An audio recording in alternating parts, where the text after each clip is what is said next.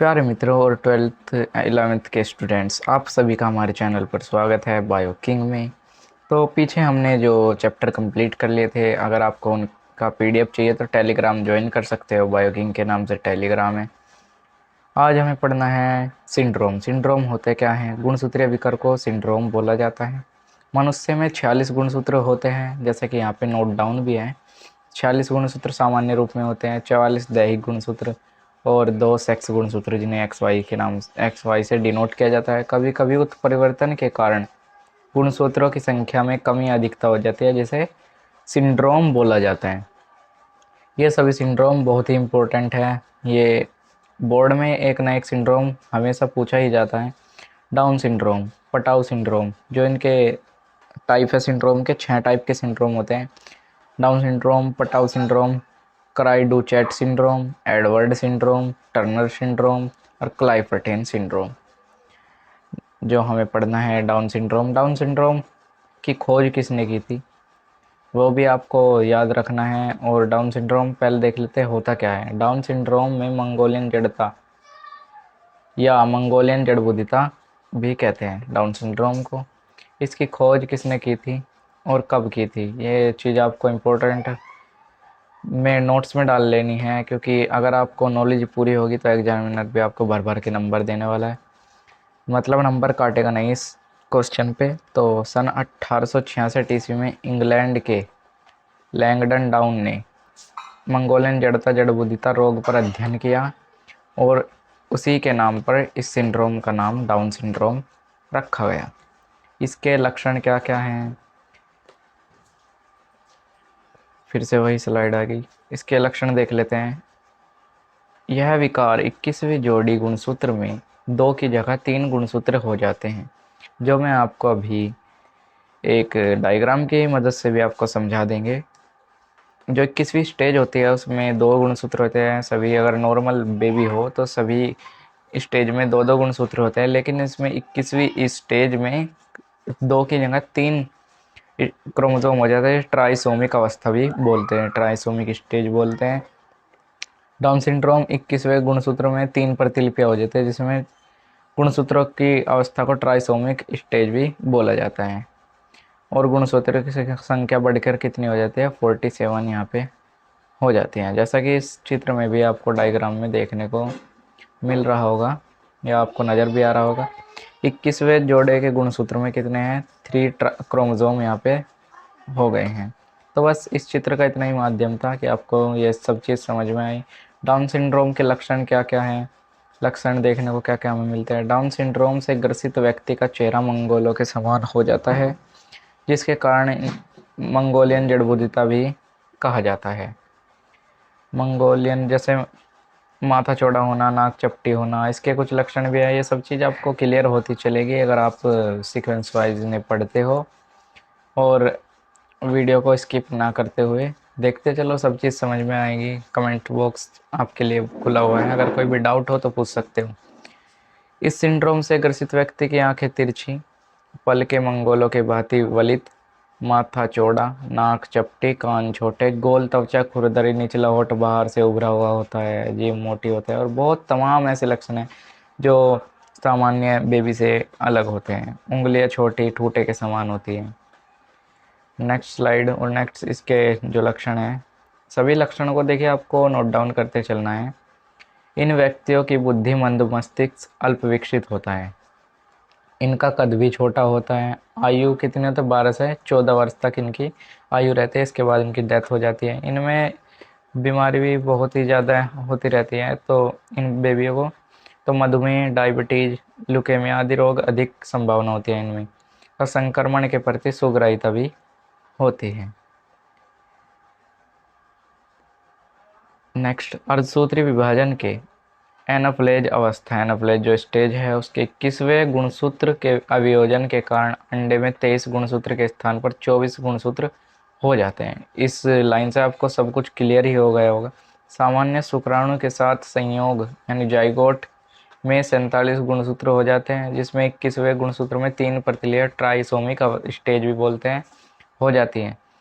23 plus 1 गुणसूत्र अंडे और 23 गुणसूत्र शुक्राणु से आते हैं, तब जाके मंगोलियन जड़ता का कारण बनता है। डाउन सिंड्रोम मानव में गुणसूत्रीय विकार है। मानव में किसी विशेष गुणसूत्र की संख्या में परिवर्तन होने पर यह विकार उत्पन्न होता है। डाउन सिंड्रोम 21वें गुणसूत्र के एक अधिकता होने पर 21वीं स्टेज में एक अधिकता होने पर होता है। यह 21वें गुणसूत्र की ट्राइसोमिक अवस्था के कारण होता है, जिसमें गुणसूत्र की संख्या बढ़कर कितनी हो जाती है, 47 हो जाती है। नेक्स्ट है हमारा पटाऊ सिंड्रोम। नाम तो अटपटा सा है लेकिन है इम्पोर्टेंट, सब चीज़ बहुत इम्पोर्टेंट है।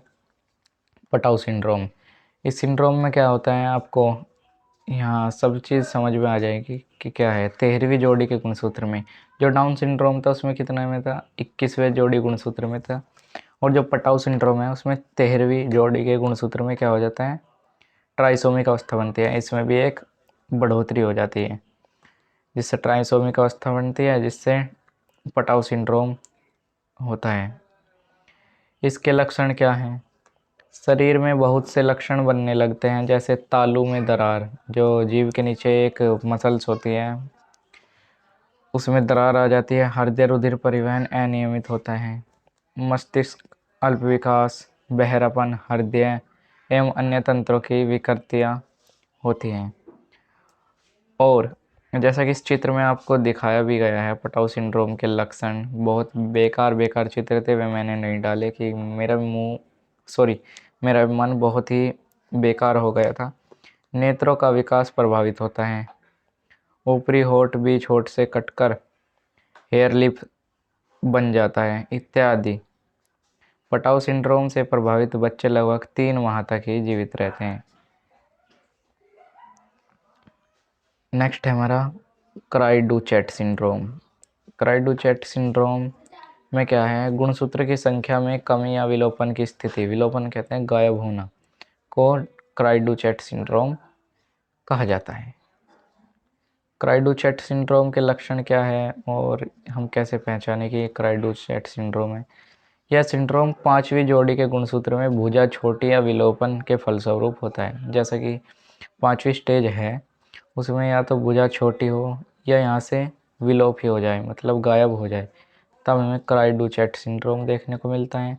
सर्वप्रथम इस सिंड्रोम का अध्ययन किसने किया था, जे लेजुने ने 1963 में इसका अध्ययन किया था। इसके कुछ लक्षण हैं, वे भी हम यहाँ पे देखते हैं। इस सिंड्रोम से पीड़ित शिशु के रोते समय बिल्ली के म्याऊं की ध्वनि उत्पन्न करते हैं।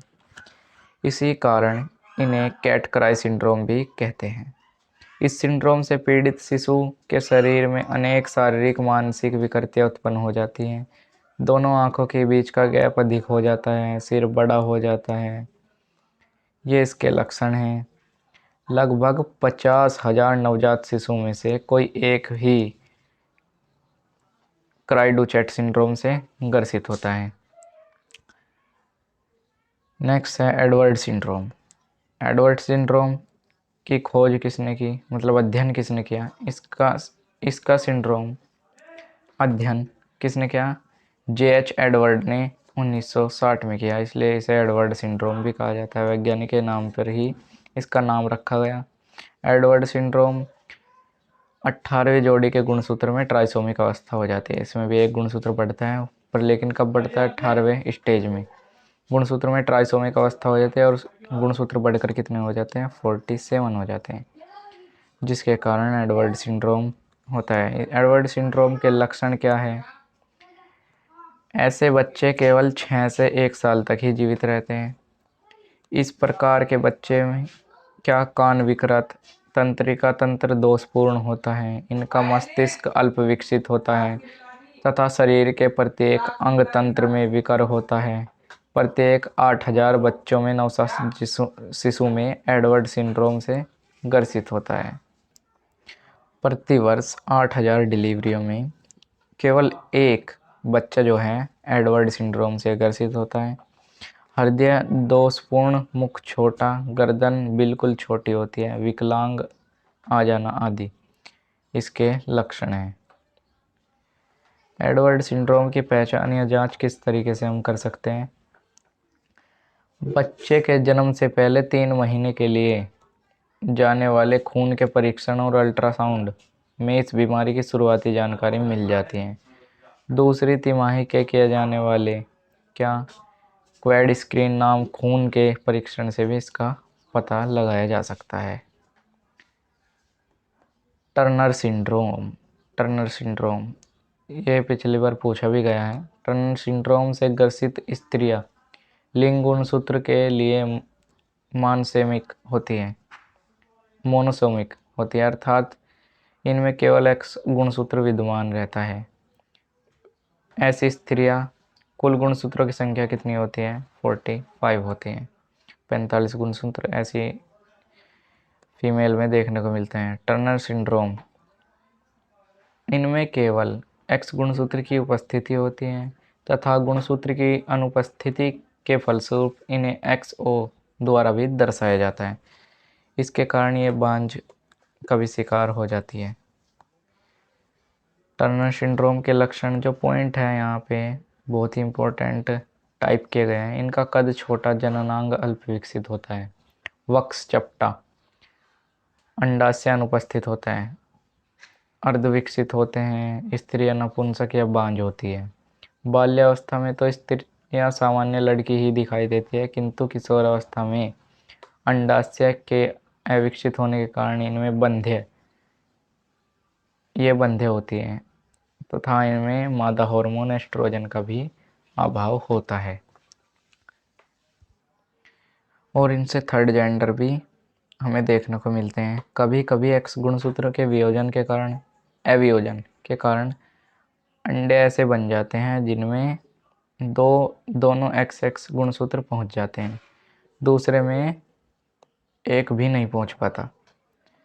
जब X गुणसूत्र सूत्रविहीन अंडा X गुणसूत्र वाले शुक्राणु द्वारा निषेचित होता है तो इस प्रकार XO की असामान्य स्त्री बनती है, जिसे हम थर्ड जेंडर के नाम से भी जानते हैं। आप सबको पता भी होगा। सन 1942 में HF क्लाइफर्टेन नामक अमेरिकन वैज्ञानिक ने इस प्रकार के असामान्य पुरुषों का वर्णन किया था। लगभग 500 पुरुषों में से एक क्लाइफर्टेन सिंड्रोम पाया जाता है, लेकिन यह संख्या बहुत ज़्यादा बढ़ गई है। क्लाइफर्टेन सिंड्रोम क्या है? इसमें लिंग गुणसूत्र की ट्राइसोमिक अवस्था के कारण होता है। जो जाइगोट में ट्राइसोमिक अवस्था हो जाती है उसके कारण यह होता है, जिसे क्लाइफर्टेन सिंड्रोम क्या है? क्लाइफर्टेन सिंड्रोम लिंग गुणसूत्री ट्राइसोमिक के कारण होता है। इसमें XY लिंग गुणसूत्र होते हैं, अर्थात इनमें 47 गुणसूत्र होते हैं। 2n टाइप जो हमारे जाइगोट होते हैं उसमें एक प्लस हो जाता है, जिससे ये 47 इनकी संख्या हो जाती है। क्लाइफर्टेन सिंड्रोम लिंग गुणसूत्र की ट्राइसोमिक अवस्था के कारण होता है। इनमें पुरुष व स्त्रियों के लक्षण का मिश्रण होता है, जिसे हम थर्ड जेंडर भी बोल सकते हैं। XX और Y लिंग गुणसूत्र में Y गुणसूत्र के कारण इनका शरीर लंबा सामान्य पुरुष जैसा होता है, लेकिन अतिरिक्त X गुणसूत्र के कारण इनके वृषण तथा अन्य जनन ग्रंथि अल्प विकसित होती है। इसे क्या बोलते हैं? हाइपोगोडजिम भी कहते हैं।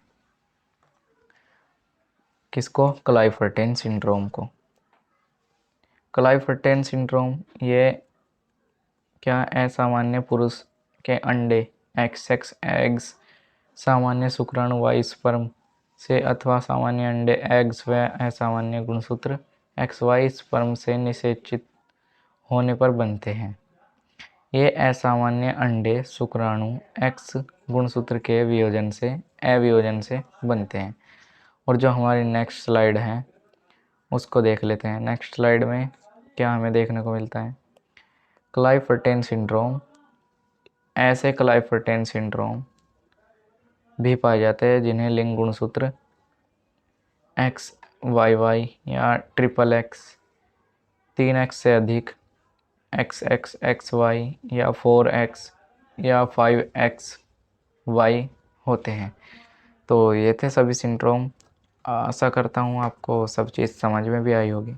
अगर कुछ समझ में ना आए तो कमेंट बॉक्स आपके लिए खुला हुआ है, तो धड़ाधड़ अपने कमेंट भर सकते हो।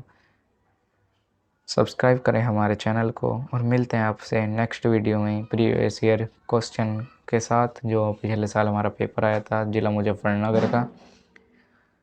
Thanks for watching.